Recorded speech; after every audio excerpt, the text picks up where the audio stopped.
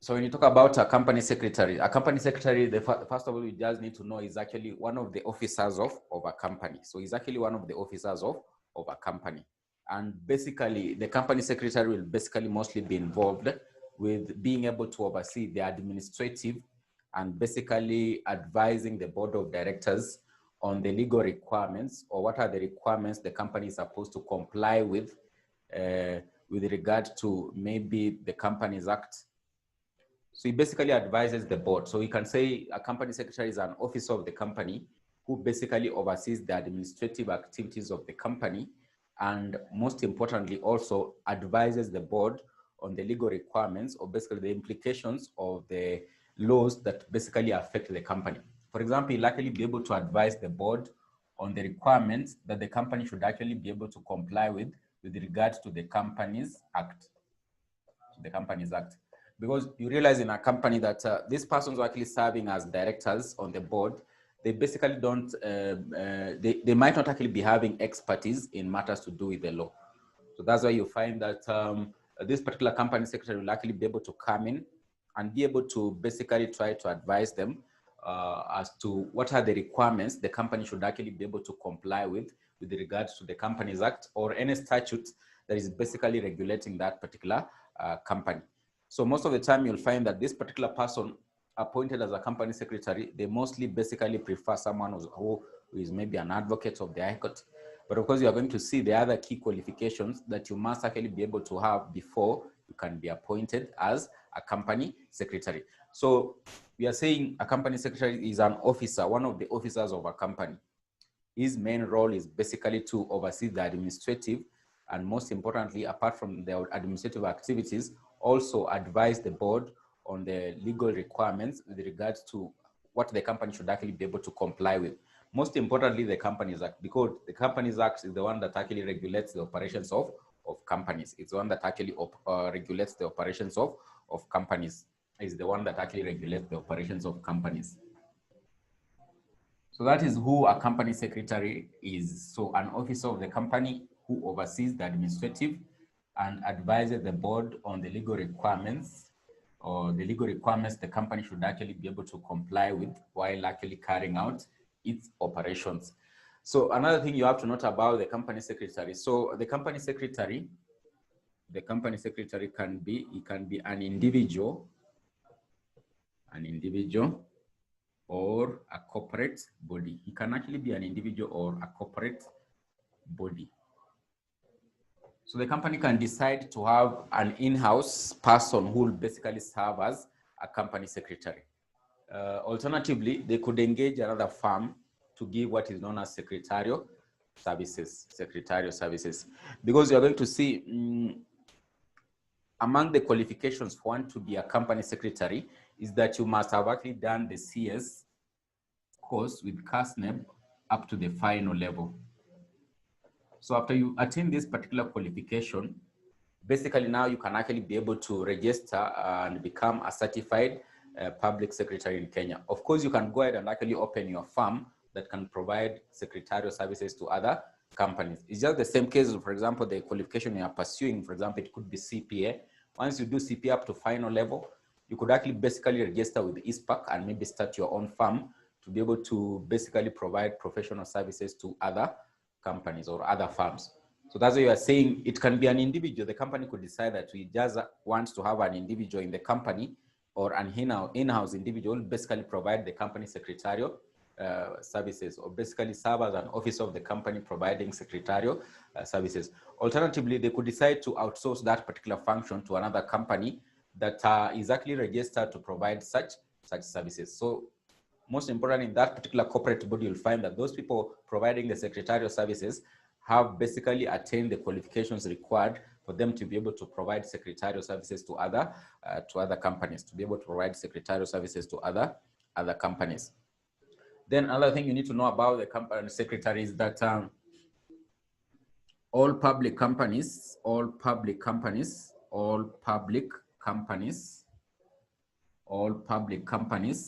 have a company secretary.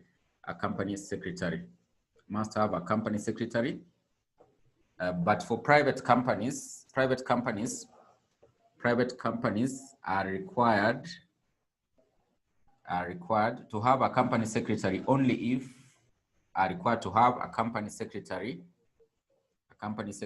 only if the paid up capital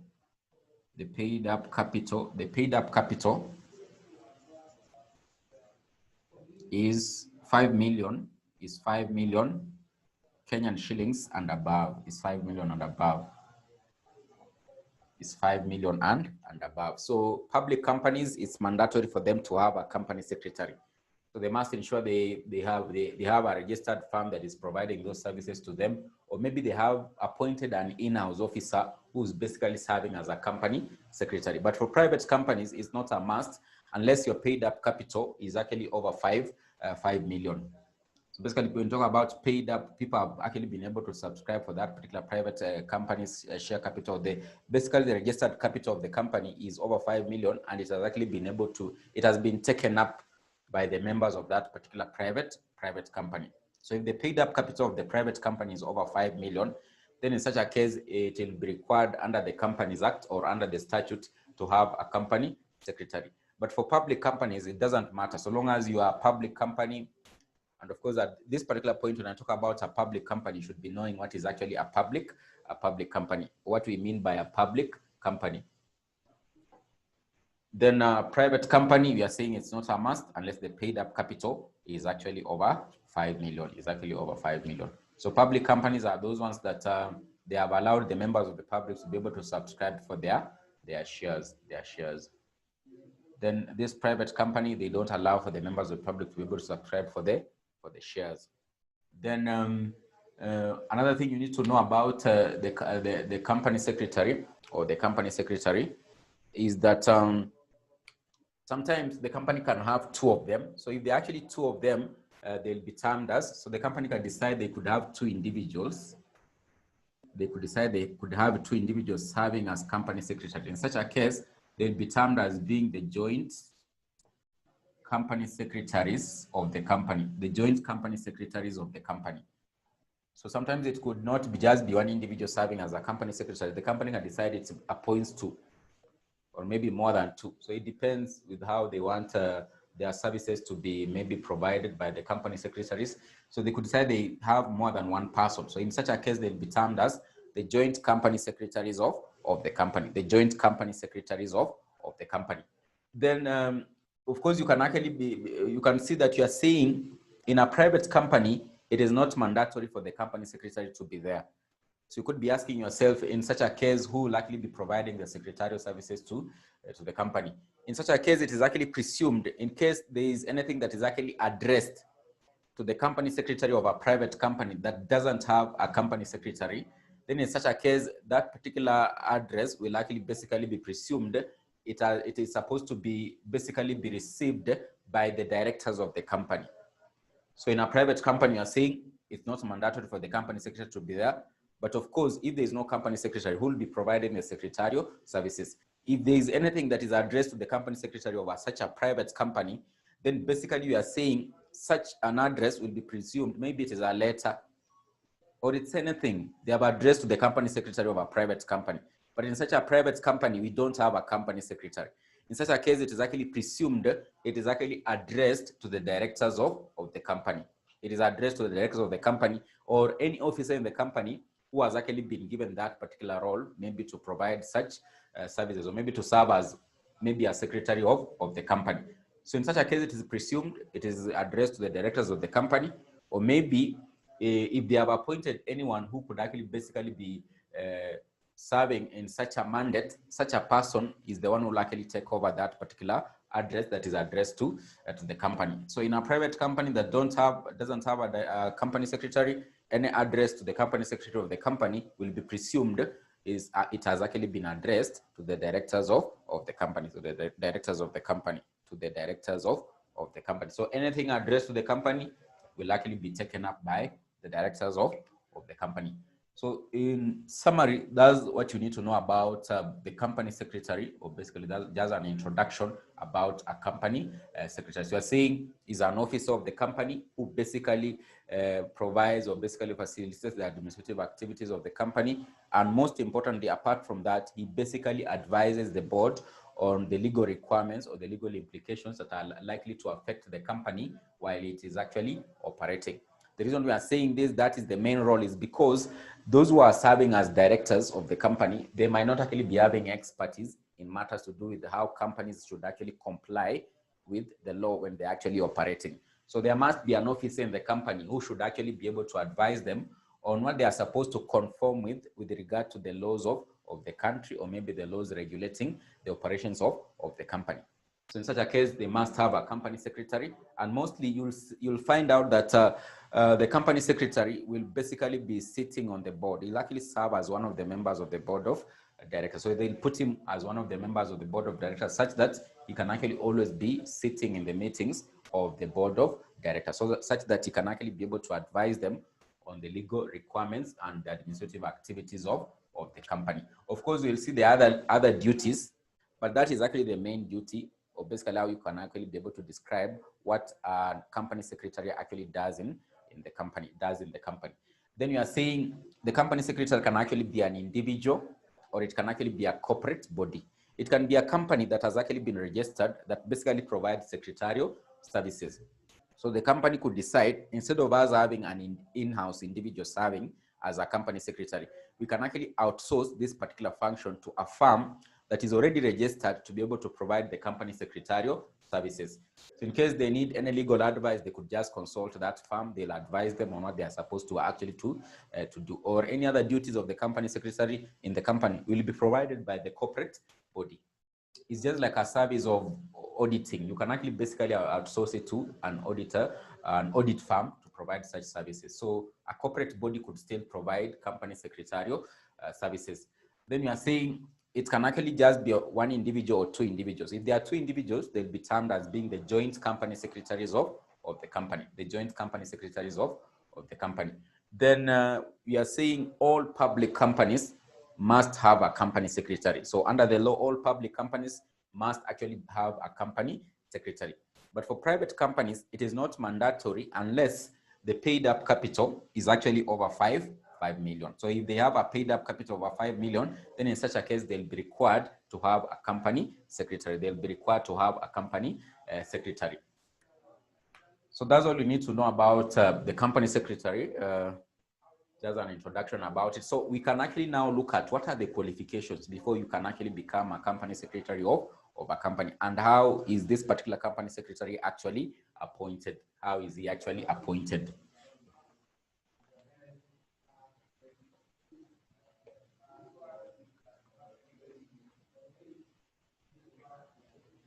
So you can look at qualifications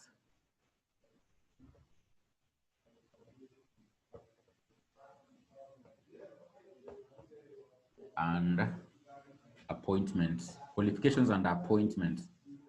Qualifications and appointments of the company secretary. Qualifications and appointment of the company secretary.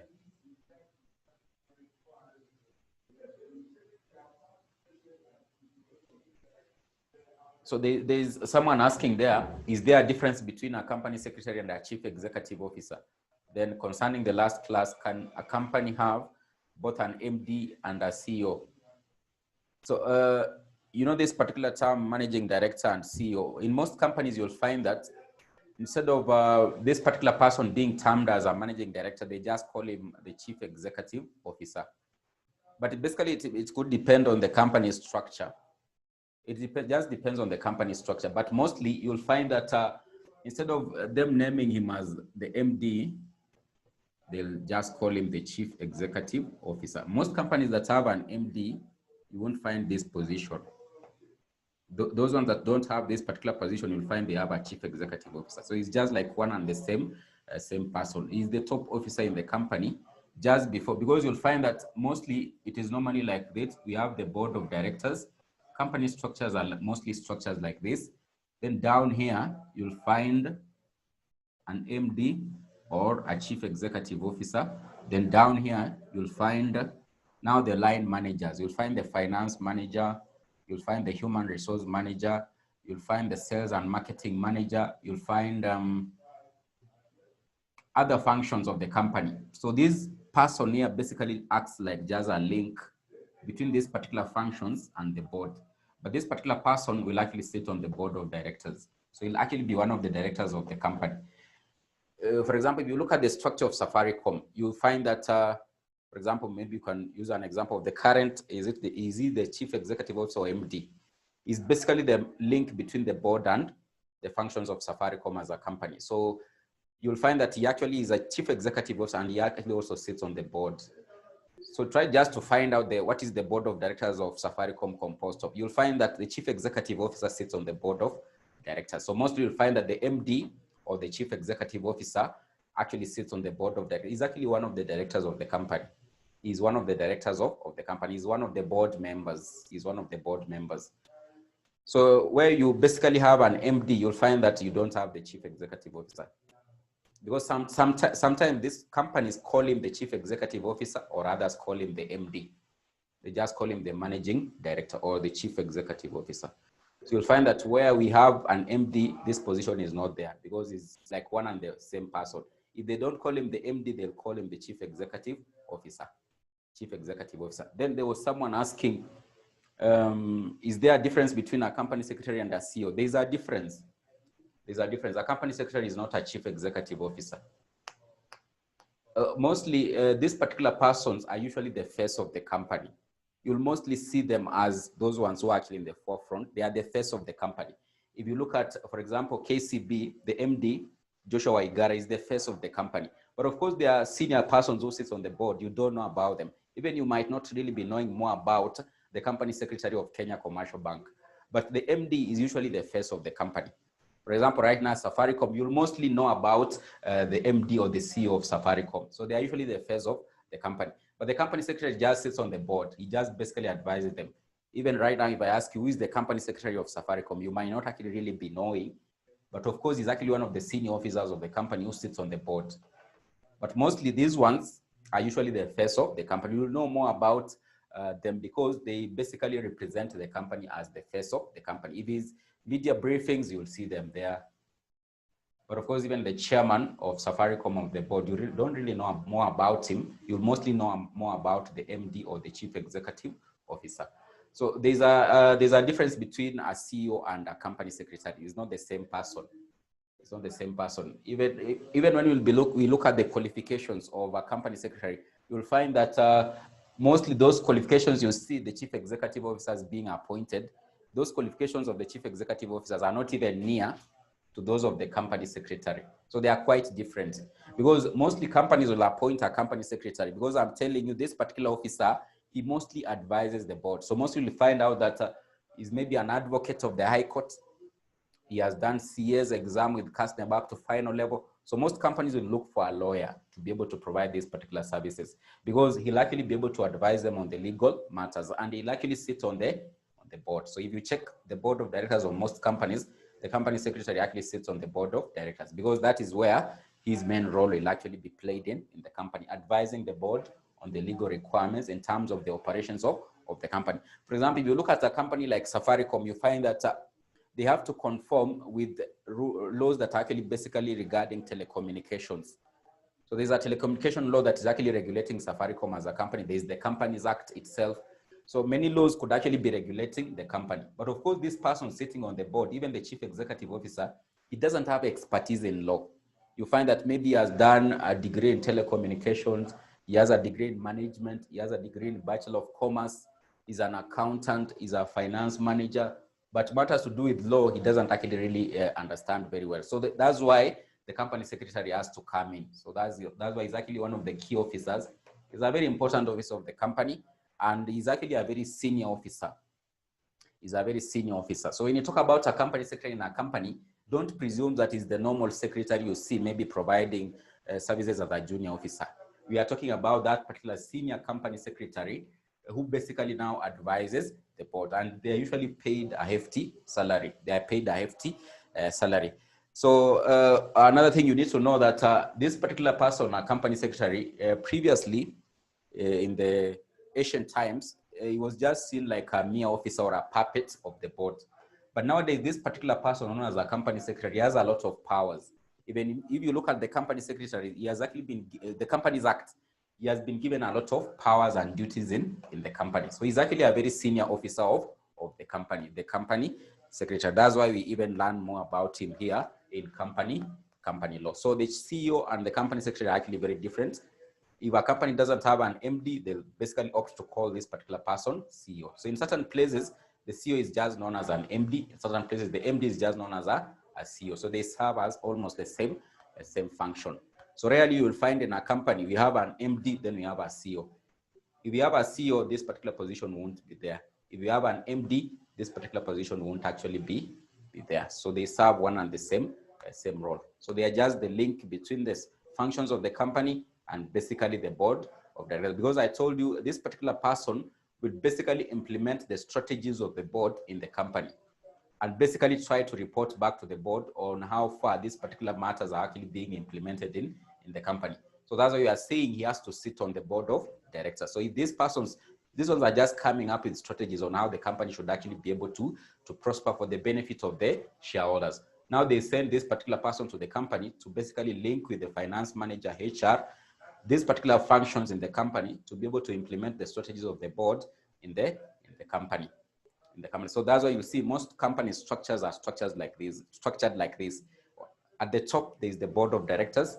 Then there's a link in between. There's usually a link in between and the functions of the company. So basically down here, you see there's the function of the finance manager. There's the human resource manager. There's the sales and marketing manager. You can have a production manager. So they basically report to the MD. The MD reports to the board of directors, So I hope I've been able to answer. So Teresa is asking, a company secretary is like a company lawyer. We could actually call him like a lawyer, but basically not really a lawyer, because we should actually just say he's an officer of the company. You know, mostly if you need the services of a lawyer, you basically outsource them from a law firm. But now he can't actually be able to represent the company, for example, in a court of law. That's why we can't call him a lawyer. We call him an officer. He's appointed by the company like on, we would say like on a full-time basis. He's paid a salary each and every month. So mostly he can't represent the company in a court of law. So we can just call him, the way I've told you as I started, he's an officer of the company. He's just like an officer, like the finance manager. So he's been appointed to provide a role or to play a role in the company. So that's why we call him an officer of the company. If the company needs services of a lawyer, they could actually basically maybe seek from a law firm.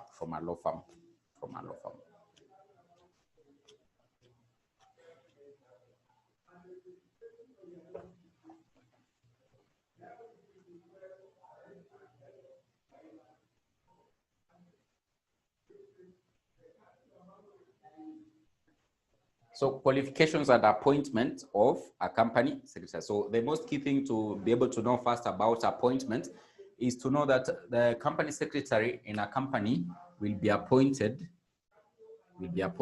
by the board of directors. So the board of directors are the ones who have that particular mandate or role of actually appointing a company secretary in a company. So they'll appoint a company secretary and actually set what will be his remuneration and what will be among his key roles and duties in the company. So the board of directors appoints, sets remuneration, and outlines the role of the company secretary in the company secretary in the company. So he'll be appointed by the board of directors. So of course, before they actually appoint him, they basically have to ascertain that he has the requisite knowledge and experience to be able to perform in such an office. So before they appoint, they have to ascertain before appointment,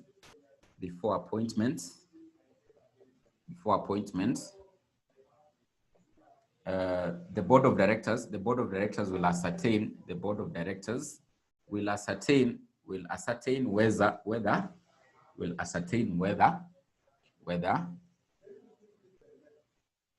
whether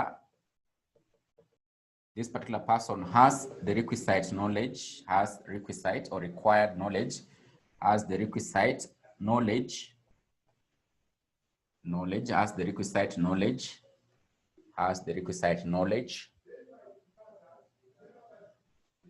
and experience, to serve,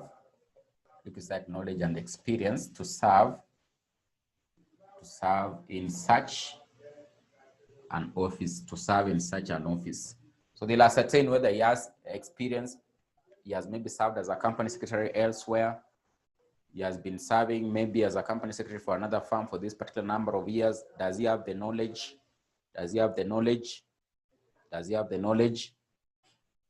Then also they'll actually be able to ascertain whether he's a holder of a practicing certificate. This is actually also very important. He is a holder of a practicing certificate,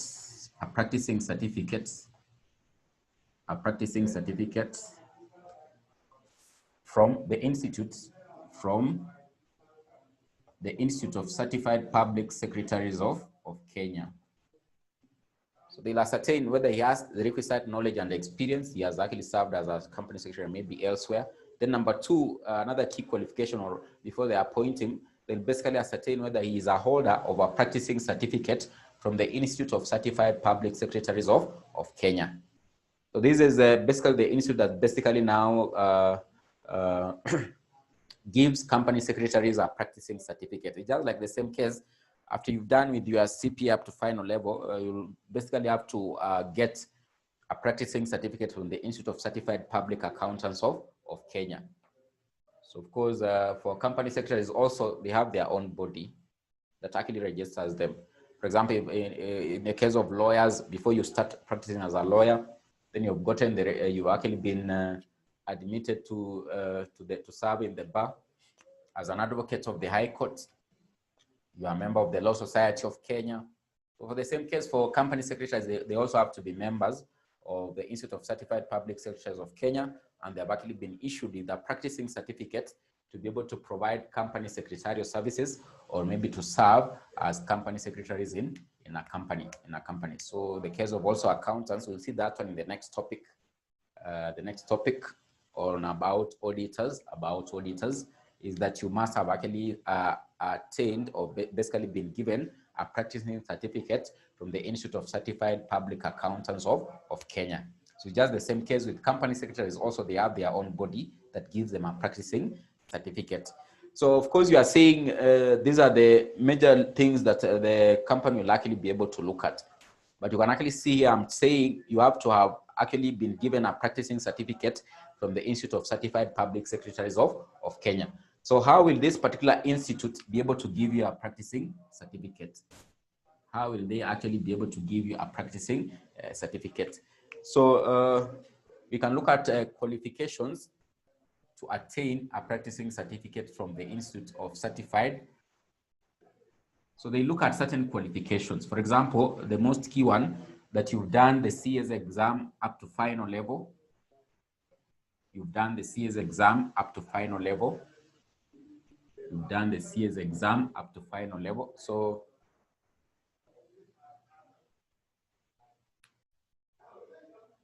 under the Public Secretaries Act, under the Public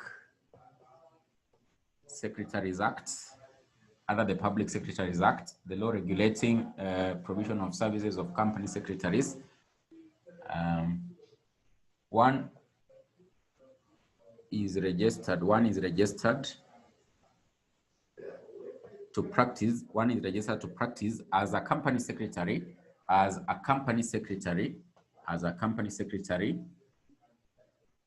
if he has the following qualifications. These are the qualifications they can actually be able to look at and basically ascertain that you have the knowledge to be able to start practicing as a company secretary. Now you can now basically be appointed as a company secretary in any company and basically provide company secretarial services. So basically that particular act that basically states what are the qualifications before you can actually be registered with the Institute of Certified Public Secretaries of Kenya, because that particular institute is basically, it comes into existence through this particular law or act. It's just the same case with the accountants. The Institute of Certified Public Accountants of Kenya was actually brought into existence by what is known as the Accountants Act, by the Accountants Act. So these ones also, they have their own law that basically regulates how they're actually supposed to serve as company secretary. So this particular law basically has set up the Institute of Certified Public Secretaries of Kenya. And of course, under this particular act, the qualifications that one must have actually ascertained before you can actually be registered is that they can actually look at, number one, you can talk about having attained a certificate,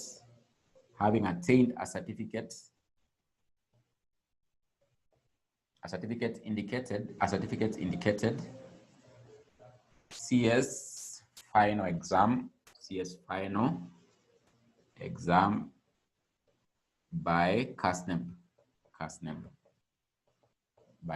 So if you finish your CPA, or you could decide also to do this one, such that you can actually maybe provide company secretarials to other companies, or maybe set up your own firm to start providing company secretarial services. So that's why you find mostly that if you have anyone who has an audit firm, he'll actually basically also pursue this particular qualification before he can basically start providing company secretarial services to other companies. So this one is actually a key qualification that they can actually be able to look at and basically give you a practicing certificate. Then they can actually look at, previously they could actually look at as a citizen of Kenya and a member of a professional body known as the Institute of Chartered Secretaries and Administrators. So a citizen of Kenya who is a member,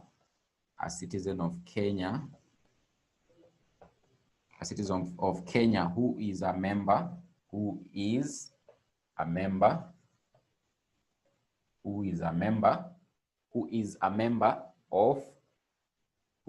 of the Institute of Chartered Secretaries, who is a member of Institute of Chartered Secretaries and administrators.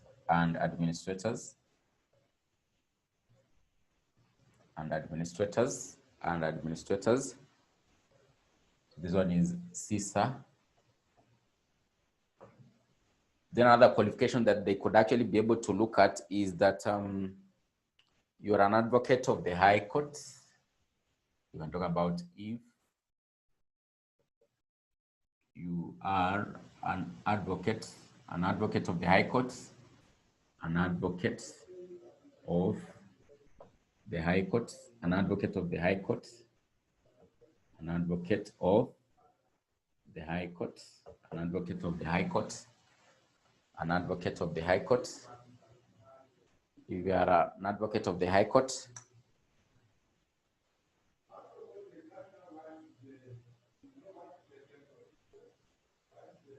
an advocate of the High Court, then maybe you can talk about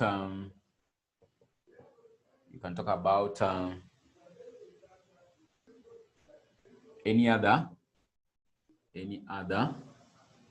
relevant qualification, any other relevant qualification. They could look at these particular 3 key qualifications and any other relevant qualification that they feel that can actually be able to maybe enable you provide company secretarial services. For example, if you pursue this particular qualification, then you basically learn more about provision of company secretarial services to other companies. So there are several units that you'll likely be able to learn For example, you learn about strategic management. So you can actually be able now, after you've attained this particular qualification, be able to advise the board of directors of a company. That's why it's exactly seen as a major qualification before you can actually now be given a practicing certificate by the Institute of Certified Public Secretaries of Kenya. So if you are a member of this particular body known as CIFA, then also they could actually basically give you that particular practicing certificate. If you are an advocate of the High Court and basically you may be served as maybe a company secretary elsewhere, you have the experience, they could actually give you a practicing certificate, or they could actually look at any other relevant qualification that they feel that you can actually enable you to provide company secretarial services. So long as maybe you can give them your qualification, you basically give them the qualifications, maybe what you've actually pursued, they look at it, they ascertain that it's actually relevant, then they can actually give you a practicing certificate. But most you'll find that most people actually maybe want to provide company secretarial services. They basically pursue this particular qualification from CASNEP. So from CASNEP, then they'll actually be able to provide company secretarial services. Sometimes you'll find that there actually may be lawyers who have actually been admitted to the bar, so they are serving as advocates. So they basically now maybe come in and actually maybe further their knowledge by pursuing this particular qualification, and they could actually maybe be given a practicing certificate to be able to provide company secretarial services, So the key thing is just for you to be able to know that a company secretary in a company will actually be appointed by the board of directors. They'll set what will be his remuneration. Then of course, they'll actually also ascertain what will be his key roles or roles in the company when he's actually serving as a company secretary. Before they do that, of course, they have to look at whether he has the knowledge or experience to be able to serve in such a position. Then, of course, he has a practicing certificate, which is actually very key, a practicing certificate from the Institute of Certified Public Secretaries of Kenya. How do you get this particular certificate or practicing certificate? So this particular body will actually, you have basically to provide evidence that you can actually be able to provide secretarial services by maybe providing your papers or qualifications. They look at them and basically now they can give you a practicing certificate. Part of the qualifications that's actually very key before they give you that particular practicing certificate is, of course, you are saying you actually have pursued the CA's exam up to final level. So that is a qualification they could just look at and just give you that particular practicing certificate. Or if you are a citizen of Kenya, now you're actually a member of the Institute of Chartered Secretaries and Administrators, then of course they could actually give you a practicing certificate to serve as a company secretary.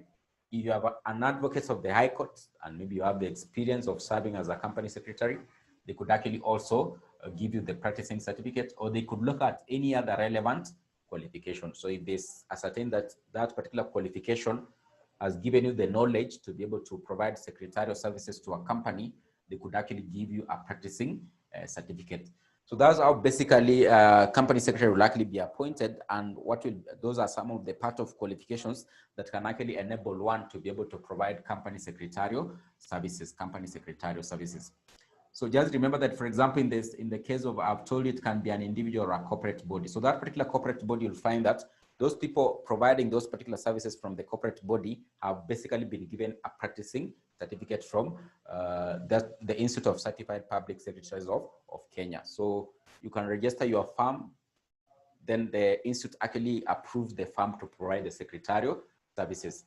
But of course, in that particular firm, there must be a person, like for example, the manager or the top guy or the partner should have actually been approved to provide the secretarial services. So before the firm can actually be approved also to provide company secretarial services.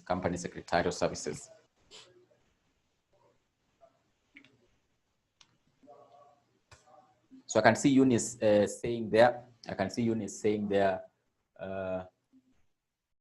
secretary takes minutes, company secretary takes minutes, italics. So that is actually very true. You'll see that as one of the key duties of a company secretary. In any meeting, he'll actually be able to take minutes. He takes actually minutes. So that is one of the key roles. But of course, that one you'll see it under the duties of a company secretary, the duties of a company secretary, the duties of a company secretary. So we've seen how he is actually appointed or what are his qualifications, but sometimes the company secretary can be disqualified from office. So how will he be disqualified from office? What will be part of the reasons that can actually make the company secretary be disqualified. So disqualification from office.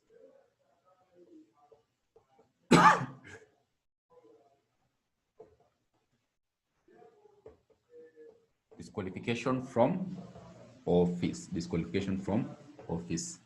So sometimes they can actually be disqualified. Basically, it means that the board sees that now this person is not the best person who can actually continue to serve as a company secretary.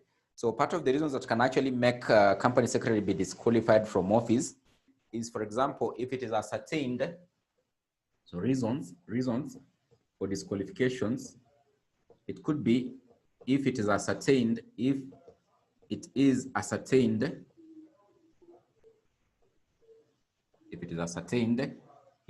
of unsound mind. He is of unsound mind. You can say if it is ascertained by a qualified medical practitioner,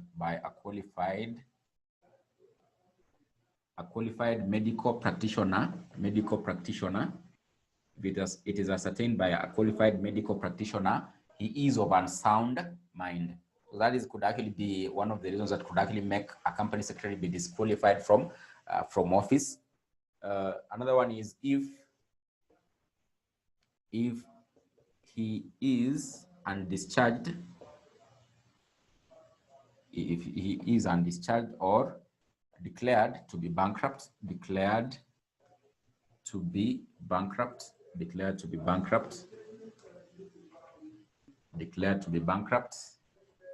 So if he is undischarged, discharged or declared to be bankrupt, is undischarged, bankrupt, or declared to be bankrupt by a court of law. Basically means that maybe a receiver has actually been appointed to maybe oversee his assets and maybe pay off his liabilities. So the company could actually release him from actually serving as the company secretary until when he has actually sorted the matter. If he's convicted by a court of law, if convicted by a court of law,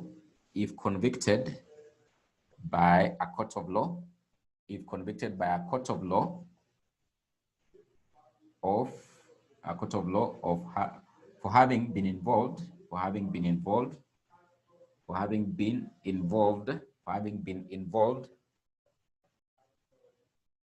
in fraud or dishonesty,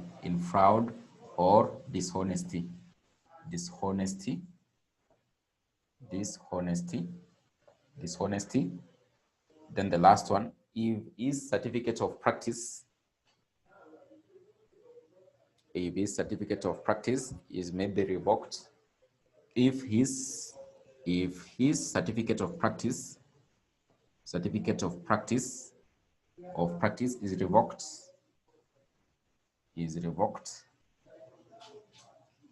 revoked, or cancelled, or you can say cancelled, by the Institute of Certified Public Secretaries of Kenya. So you no longer have that particular practicing certificate. So they could look at you are not actually following the rules and regulations put in place by the institute. In such a case, they could revoke your practicing certificate. So in such a case, you are not allowed to continue to serve as a company secretary. So you could actually lose your position, or you could actually be disqualified from office. You could actually be disqualified from office. You could actually be disqualified from office. You could actually be disqualified from office.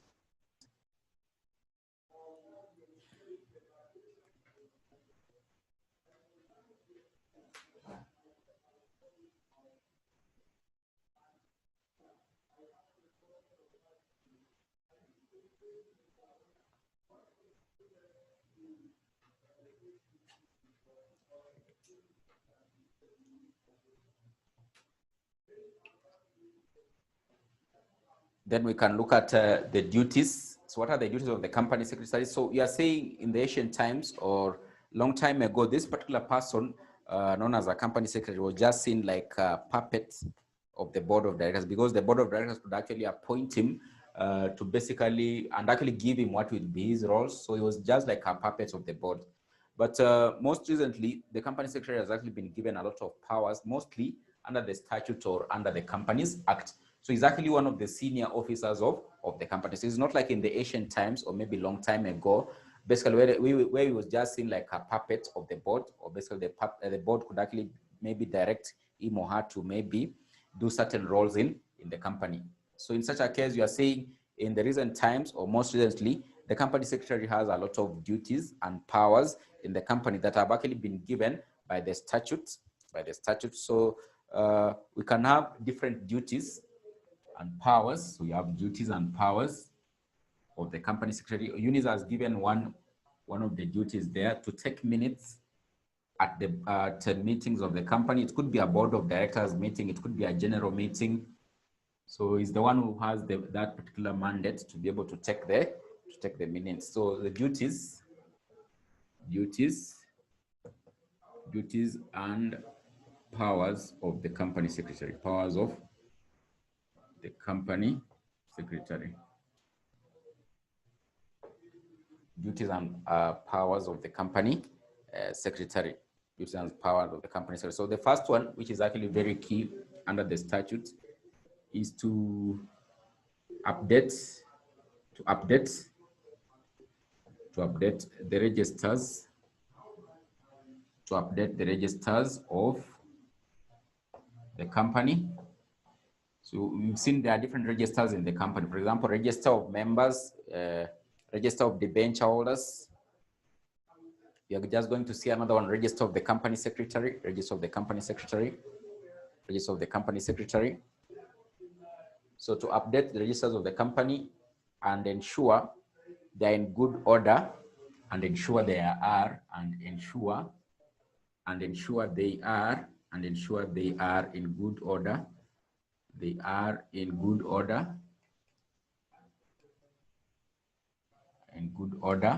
And available for inspection, and available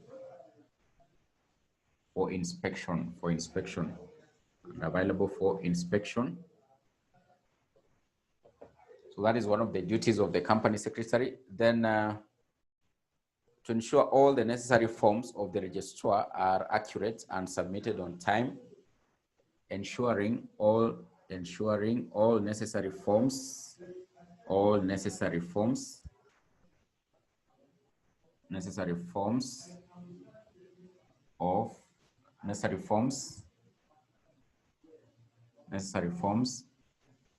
for the registrar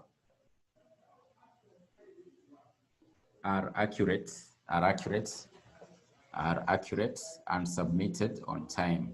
and submitted on time. So any submission the company has to make, maybe to the registrar. So there are several submissions the company is supposed to make. For example, registration of charges. So those forms that are being filled to seek for registration of charges, they must actually be filled properly. So he's the one who will actually ensure that they are properly filled and they're actually submitted in time. Because most of these particular submissions to the registrar, you basically realize that they have a timeline or they have a deadline. For example, registering or basically informing the registrar with regard to the allotment of shares of the company, it must be done within a period of 14 days.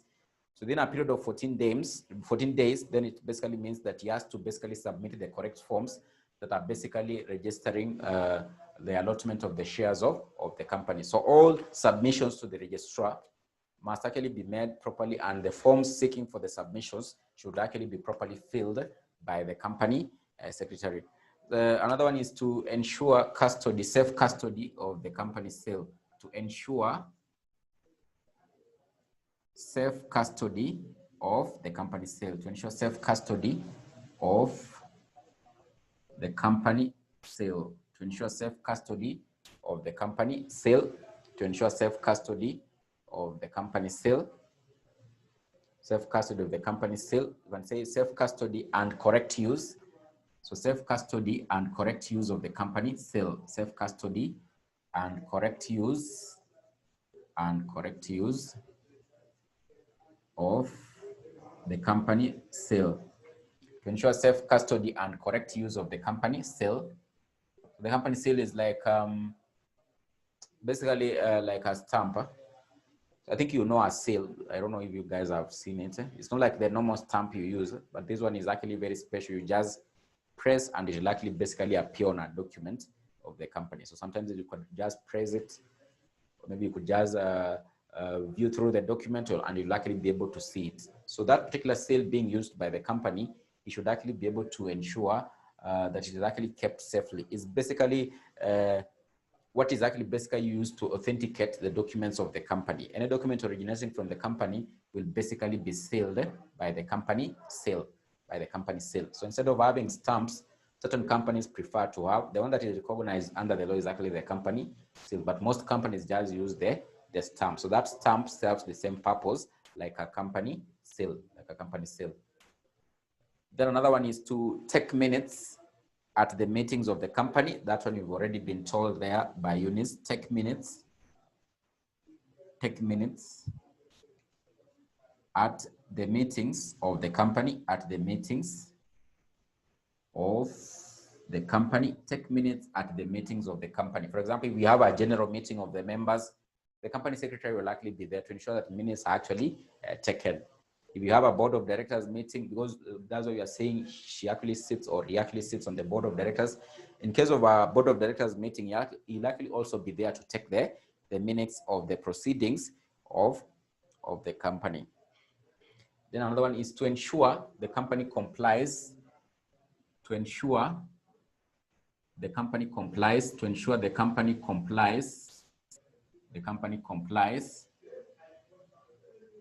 with the Companies Act. To ensure the company complies with the Companies Act, and other legislations,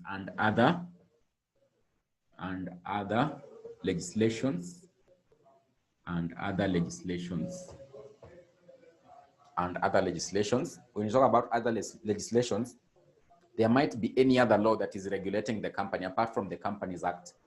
For example, in the case of like telecommunication industry, there's the Telecommunication Act. So that is the legislation regulating companies operating in the telecommunication industry. So it basically advise the company on matters to do with the Companies Act, and of course also matters to do with legislation affecting the company in its operations. So to ensure the company complies with the Companies Act and any other relevant legislation, Then if it is a public company, to ensure it complies with the requirements of the Securities Exchange. So in case of a public company,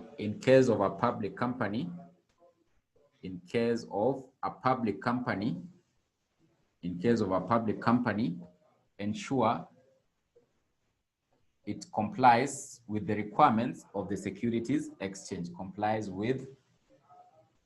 requirements of the Securities Exchange, complies with requirements of the Securities Exchange.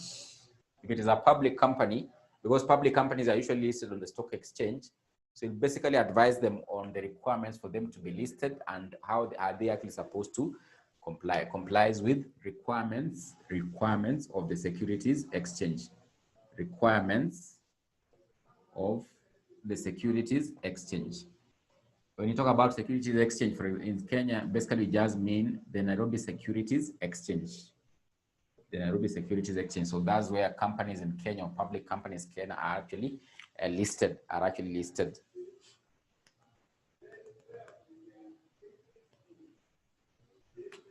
Then to ensure changes to the register of members are properly handled. To ensure changes to the register of members are properly handled and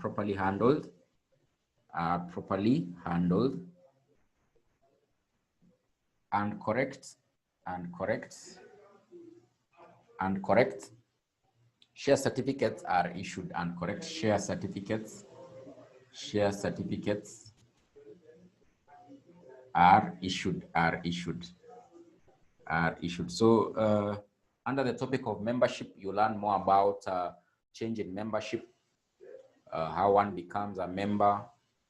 Under the topic of transfer of shares, you learn more about transfer of shares and what actually happens. They normally issue a new share certificate. So all those matters will basically be approved by the board, but the one who will basically effect and actually sign will basically be the company secretary. So it basically ensures the register of members is actually basically handled properly. Any changes made, they're actually handled properly. In case there's a person buying shares becoming a member, his name is included, and that particular person has gotten the share certificate. The one who was a member and is actually leaving, his certificate has actually been revoked or cancelled. So it ensures all those particular matters are actually properly handled in the company, in the company. Another one is to send out notices of meetings, notices of the company to the members, to send out notices of the company to the members. For example, if there's a notice of a meeting in a company, is the one who will basically send out the notice, maybe through the mail, or basically you'll find that, for example, if there's an advertisement, he's the one who has actually been able to sign that particular notice as the company secretary and maybe one of the directors of the company. So he'll basically send out notices of the company out to the members of the company. Then to send out copies of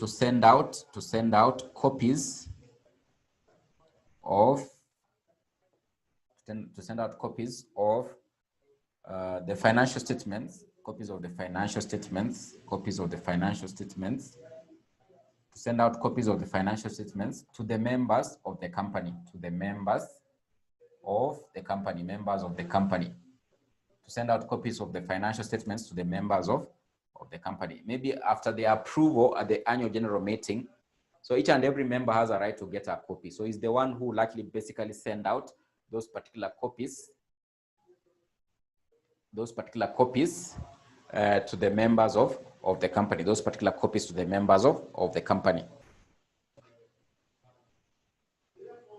Then there's another one which is actually very key: to ensure the annual return to the register of companies is accurate and submitted on time. To ensure the annual return to the register of companies is accurate and submitted on time. To ensure the annual return to the register of companies is accurate and submitted on time. To ensure the annual return to the registrar of companies is accurate and submitted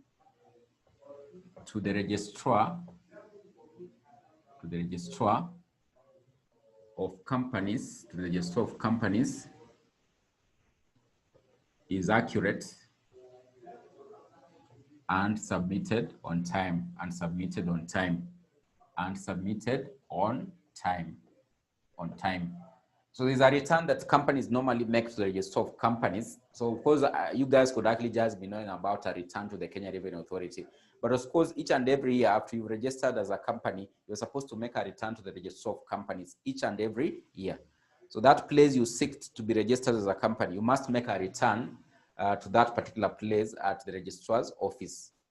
So that return you actually make is usually prepared by a company secretary. So for example, if you you have a private company and you want it to be submitted, then of course it has to be stamped by a company secretary before it can actually be accepted by the registrar of companies. So it is the company secretary who will actually basically ensure that this particular return has actually been made each and every year in the life of the company. So you could be asking, what will be the content of this particular return? We'll learn more about it in our next topic about, I think it's topic 10, I think 10 or 11. So about accounts and the returns that are made by companies. But just know that in this particular return, you know, for example, when you registered your company, maybe you are actually maybe 3 directors, but one of them has actually exited. So it's just a return that basically contains an update of basically the proceedings in the company in terms of maybe membership. Maybe when you started, you were actually 10 members in the company, but of course things have actually changed. Maybe when you registered the company, your registered office was maybe in Westlands, but right now it is actually in town. So you have to make that particular update to the register of companies. So each and every year, you must make that particular return to the register of companies. So the person who actually makes that return and fills out the forms to be able to make that particular return will be the company secretary. So to ensure that annual return to the register of companies is actually correct and actually is actually submitted on time. So each and every year, each and every company must make a return to the register of companies. So apart from the returns to KRA, there are usually other returns that are supposed to be made to the register of companies. So these returns are normally made by the company secretary, So that is one of the key roles that he actually plays in the company. So that annual return to the registrar is actually submitted correctly and actually on time.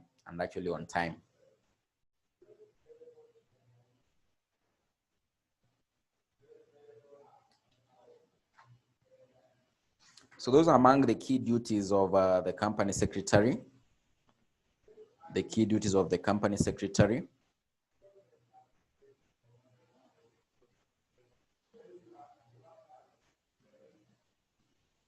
Those are among the key duties of the company secretary. So I can see Galaxy J7 is actually asking, must a company secretary be an advocate of the High Court?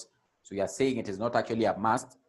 Basically, what the institute basically looks at is, do you have the relevant qualifications such that you can actually be appointed as a company secretary? So, of course, you have said the qualifications they could look at maybe if you are an advocate of the High Court, because in such a case, you've learned matters to do with the law, so you can advise the board. But of course, still, if you pursue a qualification on as CS with CASNEB, the knowledge you get, that particular knowledge you get after you get the final certificate can actually enable you to provide company secretarial services. So they'll register you. It's just like the same way, for example, when you talk about you having done maybe CPA up to final level. So they'll automatically register you to serve as an accountant, because these things you are learning, you've done FR, you've done accounting. So they know that this person, he has gone through the system and he can actually be able to provide accounting services. So if you do the CS exam up to final level, you'll basically have acquired the right knowledge to basically serve as a company secretary. So you'll still be given a certificate. The same case, if you do, you are an advocate of the High Court, and of course you have the relevant experience, they could still actually go ahead and actually give you a certificate to practice as a company secretary,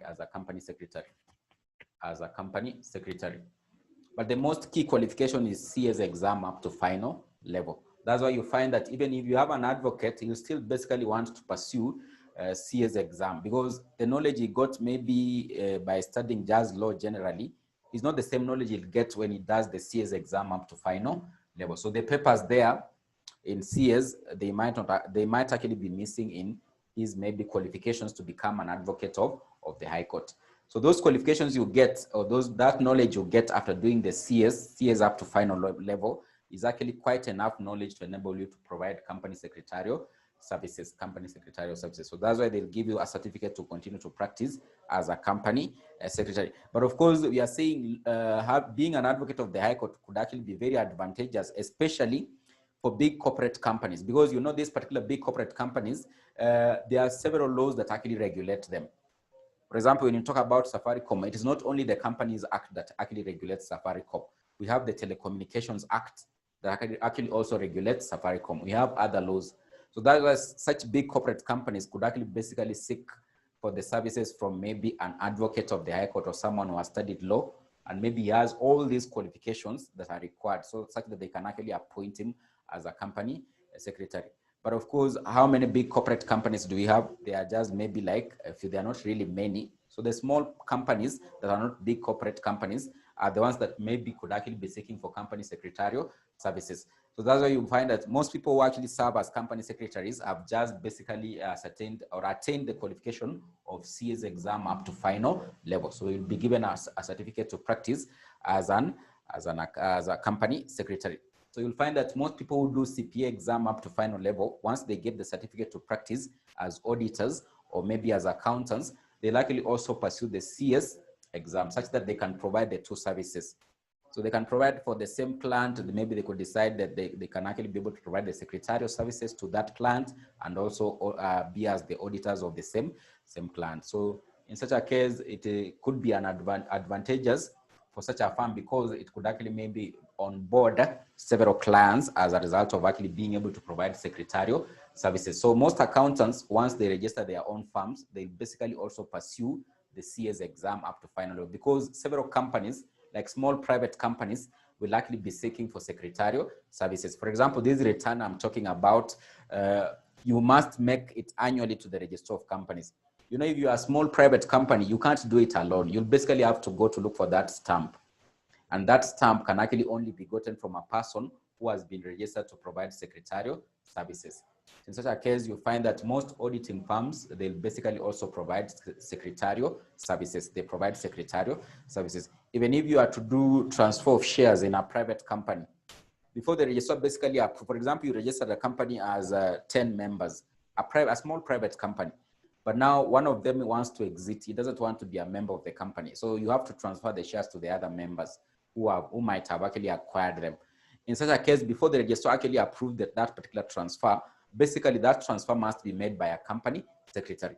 So that's why you can see here, you are talking about he ensures maybe changes are made to the register of members, and maybe there is actually proper issue of share certificates. So a company secretary is the one who can actually basically facilitate your transfer of shares in a private company, because this particular submission will be made to the register of companies. If that particular stamp from this particular company secretary is actually missing, then the transfer won't actually happen. You can't do it alone. So you have to seek for the service. So it is one of the essential services that is normally most companies actually need. So most companies actually need. That's why we are saying a company secretary is actually a very key officer in a company. Is actually a very key officer in a company. So those are actually the duties. So we still just have like this is actually one of the shortest topics we are going to finish today. So we can look at the legal position of the company secretary, and then look at the register of company secretaries. Then, of course, we can look at a few past paper questions here. But of course, this particular area of the duties, be keen with it. This particular area, the examiner actually likes to test. I don't know why he likes duties. I don't know. He likes testing on duties of the company secretary. So if you do an analysis of the past paper, you'll find that it has actually been tested almost 6 times. So it's something you can't actually afford to forget. So the duties of a company secretary is actually very, very key. And in fact, we'll see in the past papers how they have actually been able to test on the duties of the company secretary. So I want us to look at the legal position of the company secretary. The legal position of the company secretary. So under the law, basically when we talk about the legal position under the law, how can the company secretary actually be viewed in the company? How can he be viewed in the company? The legal position of the company secretary.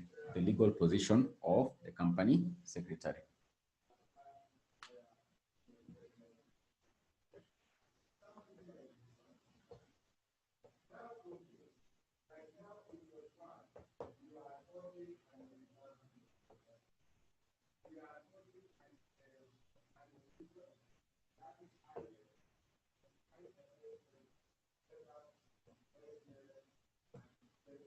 The legal position of the company secretary. So the company secretary can actually be viewed. The company secretary can actually be viewed. So I can see Catherine is actually asking, does the company secretary have powers? Or these particular duties you are talking about, we can see some of them, we can just see them as powers. Because, you know, for example, when I'm telling you, you can't, in a company, you can't actually transfer your shares without seeking the services of a company secretary. So that is a power that he has. You have to look for that particular company secretary. So those duties could just also be categorized as powers of the company secretary. So like services like provision of transfer of shares, or being able to transfer shares, doing a return to the registrar. You can't do it without the company secretary. So that is something that has actually been empowered to be able to do.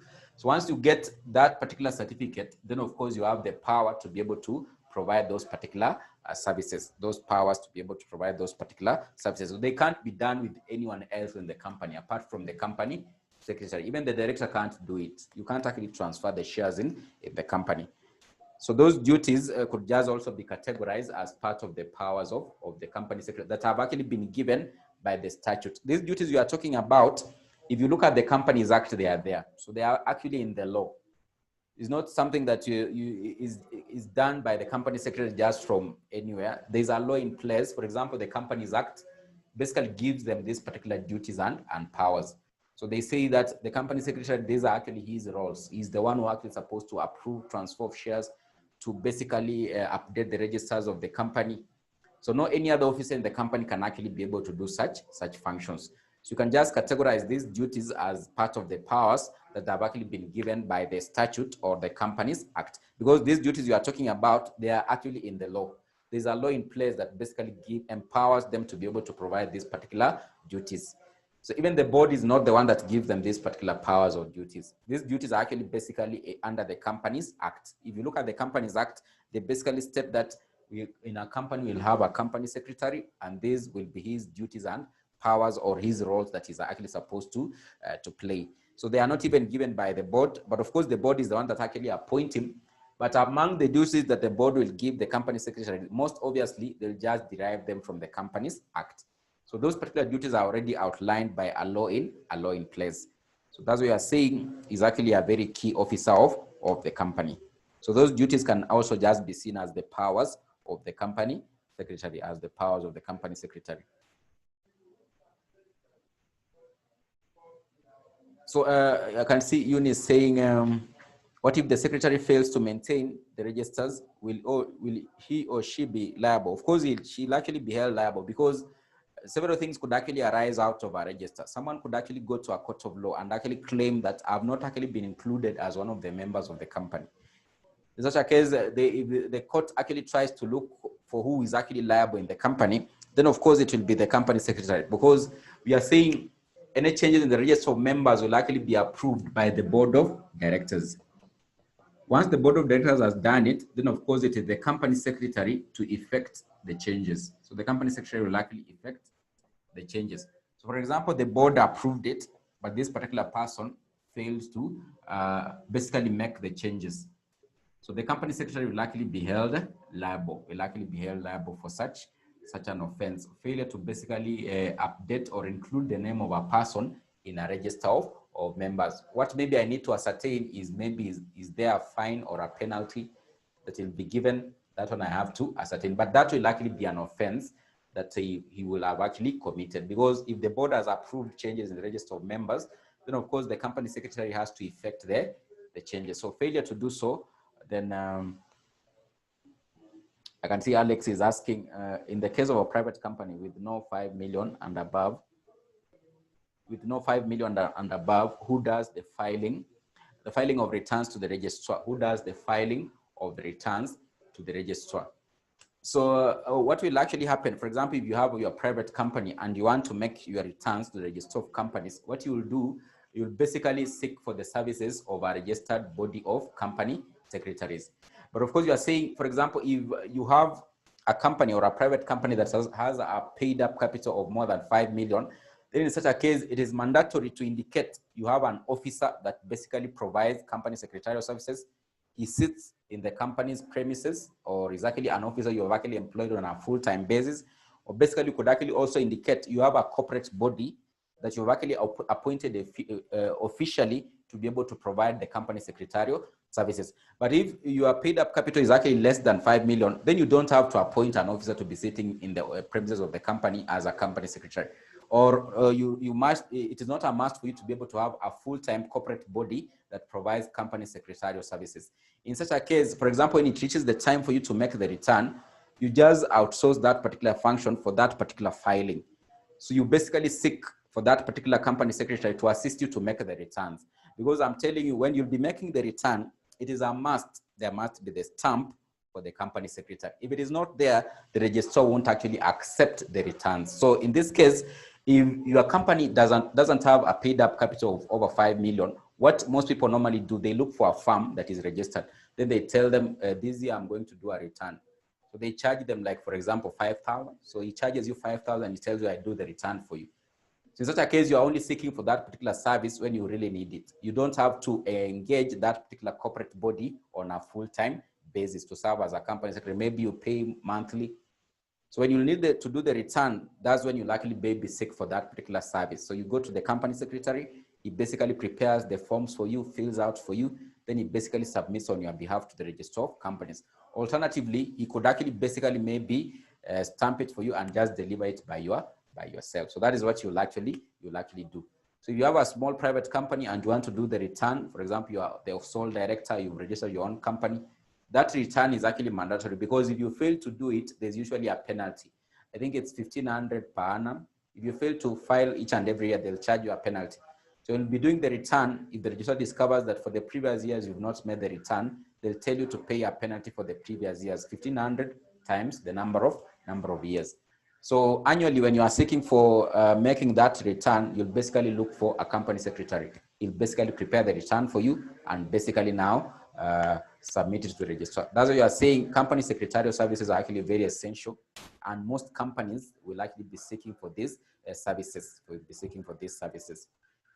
So we can look at the legal position of the company secretary. So the company secretary can actually be viewed under the law in 3 ways. So the company secretary can be viewed under the law in 3 ways. So the company secretary can actually be viewed under the law in 3 ways.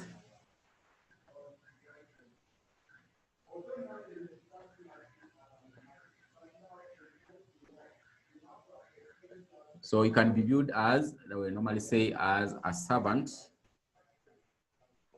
of the company, Number 2, it can be viewed as an agent of the company,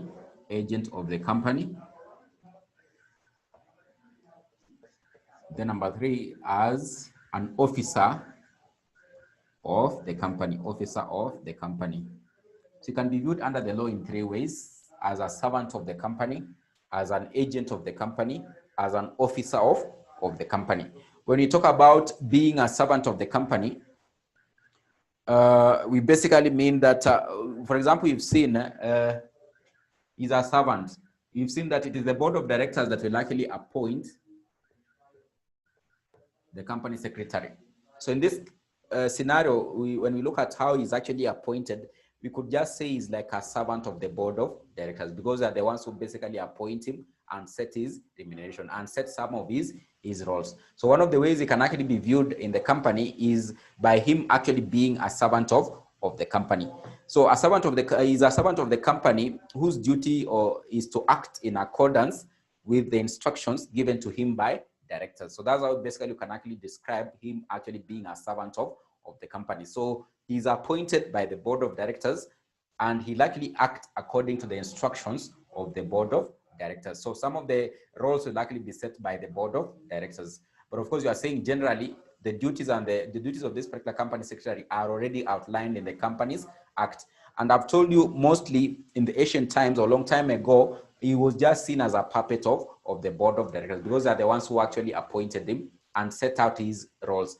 But recently, there are laws in place. For example, the Companies Act gives the company secretary a lot of duties to be able to perform as an officer of the company. So we can actually see him as a servant of the company in this sense, that he's actually appointed by the board of directors, and they basically set his remuneration and instruct him on how he's actually supposed to perform his or her duties.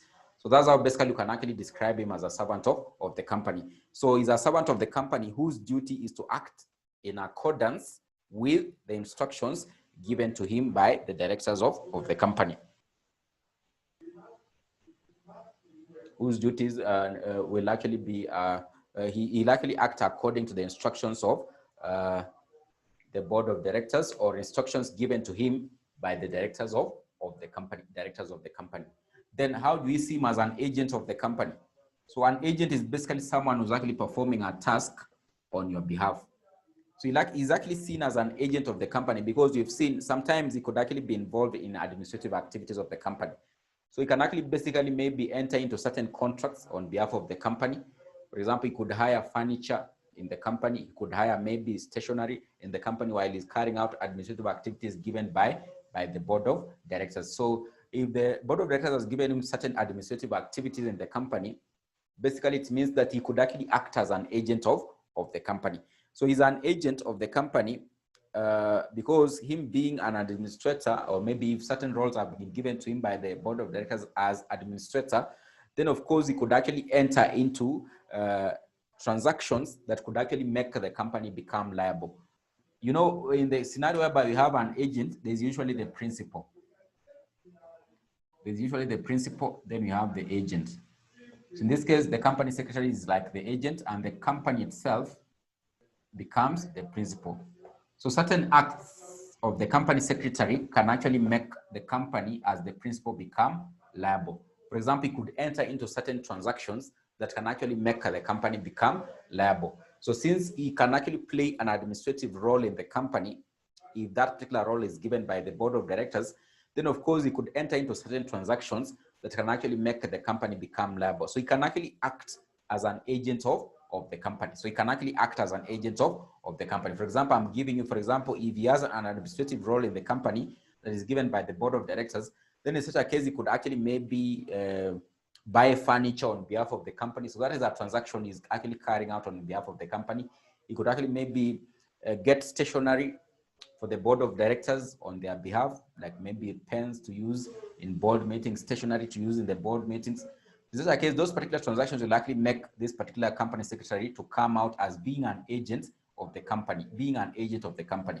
So the company itself becomes the principal and he may actually becomes the agent. So certain transactions of the company secretary can actually make the company become liable. In mostly in a scenario whereby he's actually playing an administrative role as the company secretary. So that's how we can actually be able to view him as actually being an agent of the company. Then an officer of the company. So now these ones basically is where now we find his roles are actually seen as being an official person of the company. So an officer of the company basically means that he's an official person of the company whose roles and mandate are actually already outlined by the Companies Act, or they're actually already outlined under the Act. So he's actually an official person whose roles are already outlined in the Companies Act. So he has his duties that have already actually been set under the Act or under the law. So the secretary is also an officer of the company under the Companies Act, and his roles and mandate will actually be outlined by the Companies Act. So his roles and liabilities in the company can actually be found in the Companies Act. So that's why you see him as an officer of the company. He's an official person of the company whose appointment is actually outlined by the Companies Act, and also his roles and duties are actually set out in the Companies Act. So that's how you can actually be able to view the company secretary under the law. And basically, when you say under the law, for example, there could be an argument in the court of law concerning the company secretary on his roles or duties. So this is how basically a court of law judge can actually be able to interpret his role in the company. So maybe you could look at him having acted as an agent while carrying out his role. You could look at him as actually having acted as an official person or an officer of the company while carrying out his duties or mandate. He could look at him as actually having acted as a servant of the company. And in this case, this particular servantship is actually derived from him being appointed by the board of directors, and the board of directors basically instruct him on what he's actually supposed to do in the company. So this is how basically the legal position, you can see a position basically leads to maybe role in the company, or maybe duties in the company. So how can they actually come out or be outlined or be interpreted under the law? That we are talking about the legal position of the company secretary, the legal position of the company secretary. So I think there's only one thing that is actually remaining. But of course, that's one I want us to look at it by being able to look at a past paper question.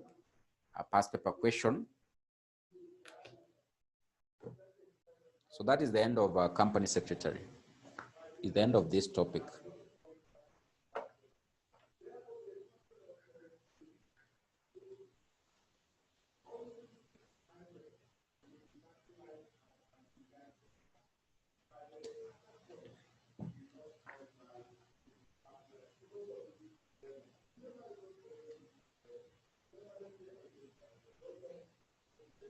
You can look at May 2019,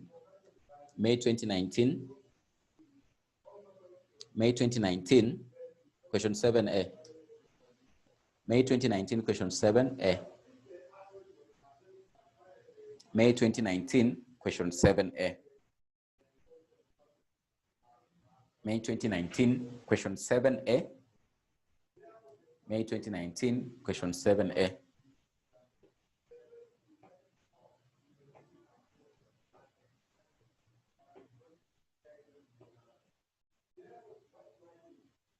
They're saying describe 8 particulars of secretaries that are required to be contained in the company's register of secretaries.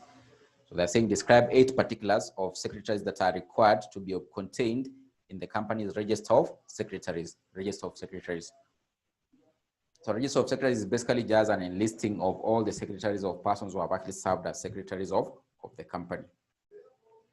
So the particulars or the contents of the register of secretaries, because I've just told you the company secretary can actually be can actually maybe be an individual, just an individual or a natural person, or it could be a corporate body. It could be a juristic person or a corporate body or a company. So it could be a natural person and a human being who has been appointed. It could be a corporate body or a company.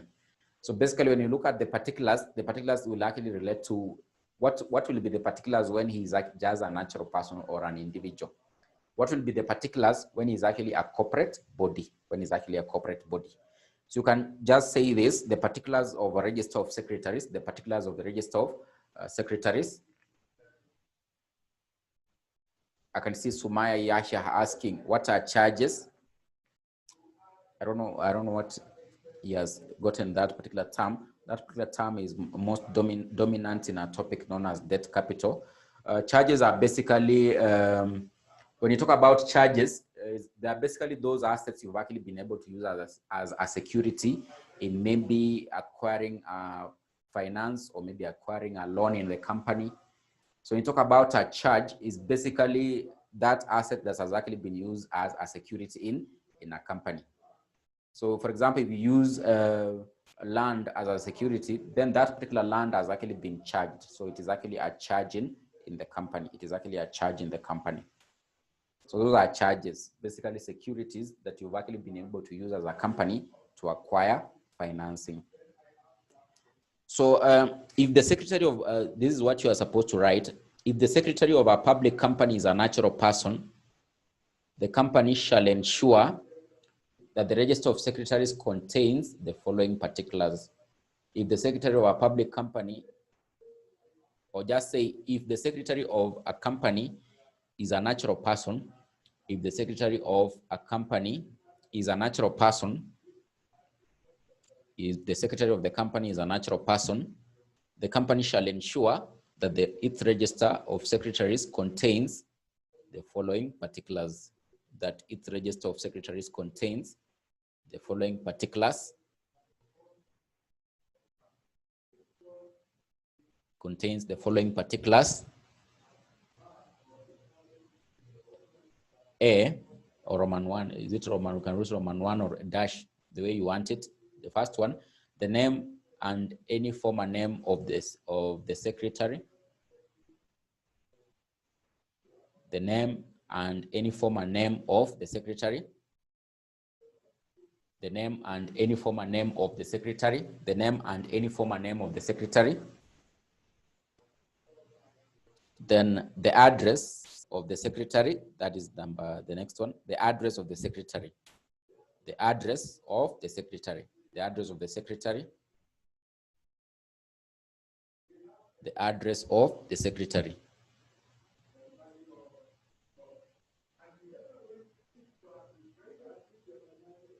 The address of the secretary. Then another sentence or paragraph you can write.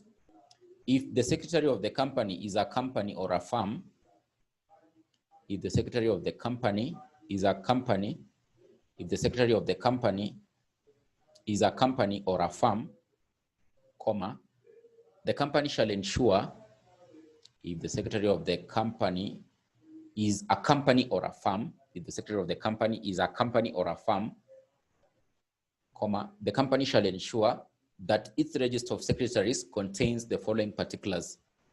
That its register of secretaries contains the following particulars. Contains the following particulars. That its register of secretaries contains the following particulars. So semicolon, so you can put the first one, you can use dash or number 1, the way you want it. So the name of the company or firm, the name of company or firm,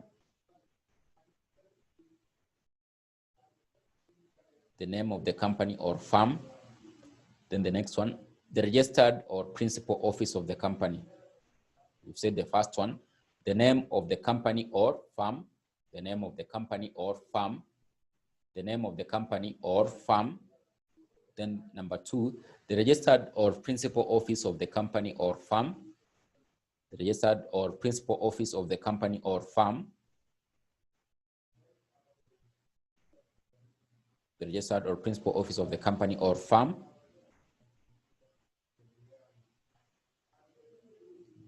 The registered or principal office of the company or firm. Then the next one, the legal form of the company or firm and the law by which it is governed. The legal form of the company or firm and the law by which it is governed. The legal form of the company or firm and the law by which it is governed.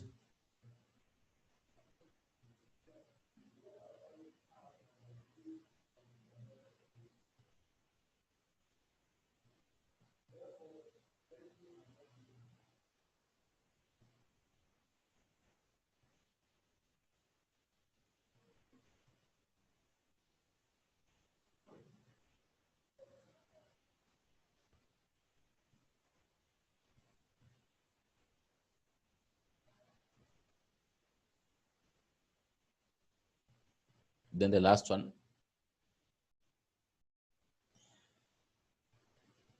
if it is an incorporated firm, if it is an incorporated firm, if it is an incorporated firm, if it is an incorporated firm, if it is an incorporated firm, the register in which it is recorded, the register in which it is recorded, the register in which it is recorded, if in case it is actually an incorporated firm, comma, the register in which it is recorded, including the place where it is kept, including the place where it is kept, including the place where it is kept, including the place where it is kept,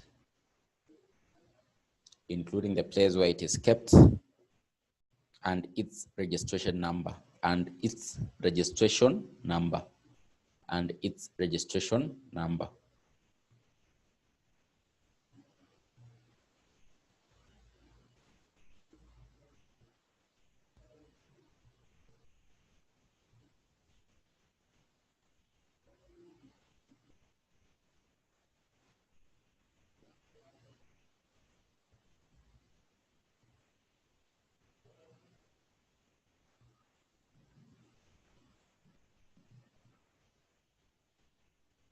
And its registration number.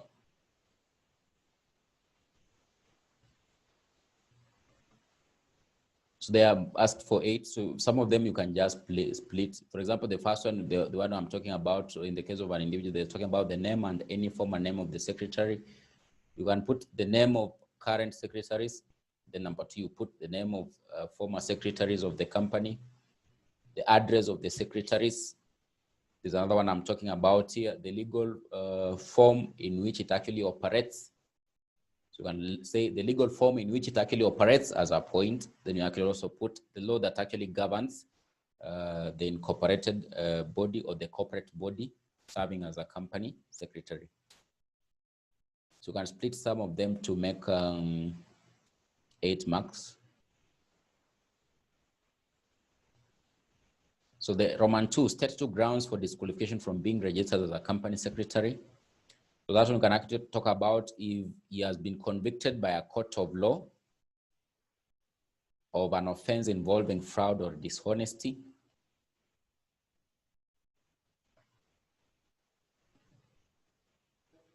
If it is ascertained by a qualified medical practitioner that is of unsound mind, he is undischarged bankrupt. So we are saying grounds of disqualification. These ones, we've stated them in the notes. So maybe we can just refer to them.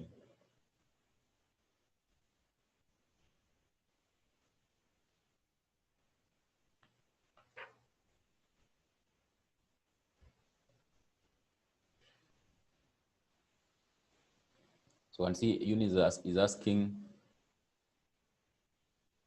Catherine is asking, what do you mean by the law by which it is governed? You know, this particular corporate body, it could be a partnership. It could be a partnership. It could be a company. The law governing companies is the Companies Act. The law governing partnership is the Partnership Act.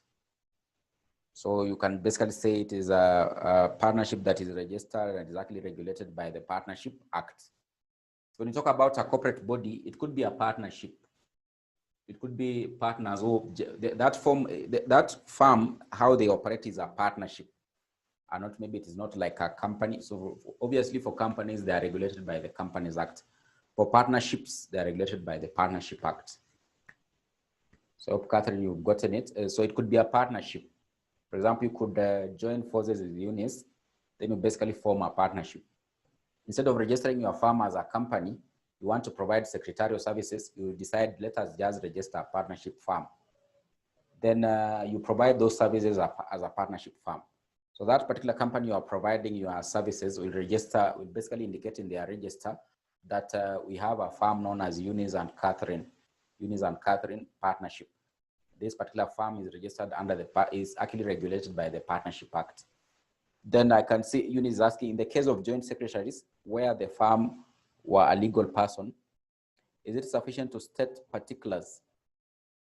In the case of joint secretaries, where the firm were a legal person, is it sufficient to state the particulars? I don't know what she actually means, but of course, if they're actually joint secretaries, it will clearly indicate in the register all their names, because joint secretaries, we are saying it's more than one. They could be two, they could be three.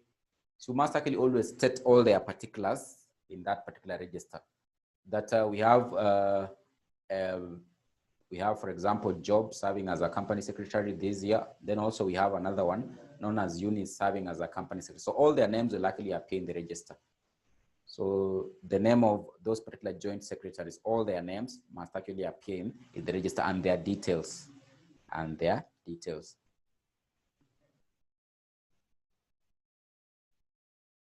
So I think today we can end there, but next time, before we start the topic of accounts, and I think it's auditors, not accounts. I think the next topic is actually auditors. So it's auditors. Before we start auditors, remind me to look at a few questions on company secretary. I would like us to look at a few questions before we start our next topic. So I think we can just end there today. We can end there today. So you remind me next time. I know there are questions that you'll come across. You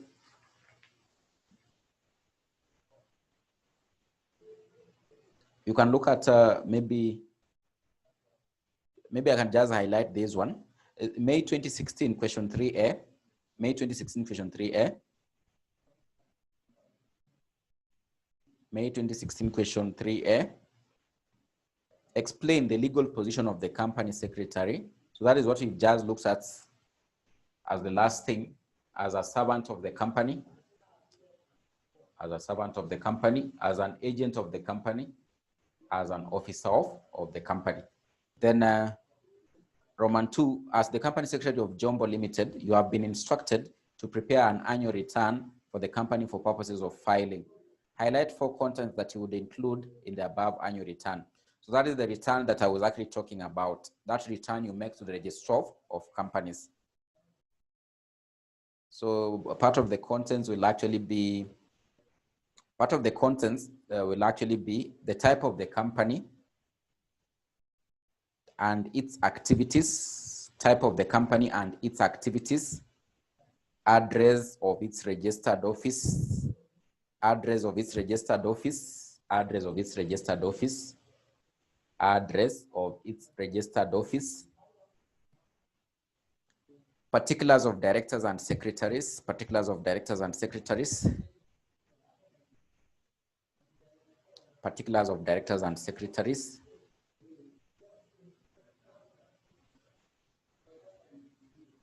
names and addresses of the members of the company, names and addresses of the members of the company at the date of return, names and addresses of the members of the company at the date of return,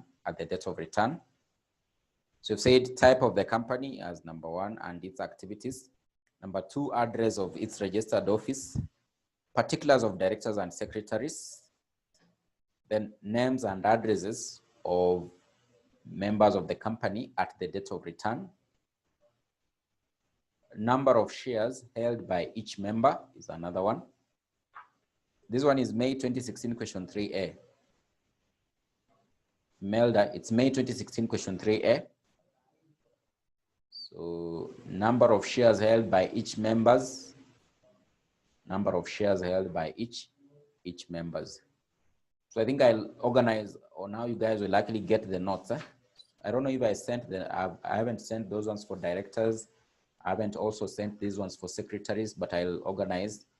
I'll send them so they'll be shared with you through Helen, so that you guys can maybe read deeper and understand. But of course, anytime you're in the class, be taking summary notes. You know, the teacher will give summary notes or will just hit the areas he thinks that will actually be tested. So your summary notes could actually be your savior, mostly in the last 30 minutes or 1 hour to the exam. You can peruse through and you'll cover a lot of things before you sit for the exam. So I'll organize how you can actually be able to get the notes. So Teresia really wants me to repeat point 1 and 2. I've said the type of the company and its activities. Then I've said address of its registered office. Then I've said particulars of directors and secretaries. Then I've said names and addresses of those who are members at the date of return. Then I've said number of shares held by each members, number of shares held by each members, and stating, you can maybe amplify it, and stating the shares transfers since the date of last return, number of shares held by each member, and stating the shares transferred since the date of last return, since the date of last return, since the date of last return. You can add another one, amount of indebtedness in respect of all registerable charges, total amount of indebtedness in respect of all registerable charges, amount of total indebtedness in respect of all registerable charges, all registerable charges.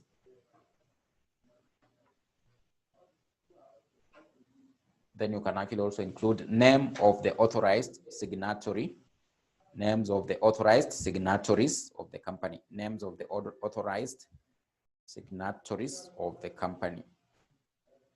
That is what will be contained in that annual return. You will seek the company secretary to assist you to make to the registrar of companies,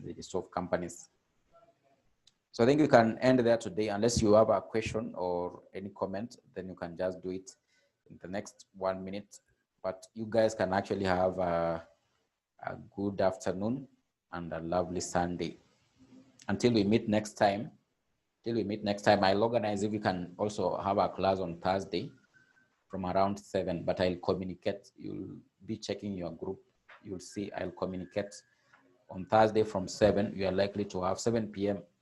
We're likely to have a class and revise a bit here. Then we start the next topic of auditors.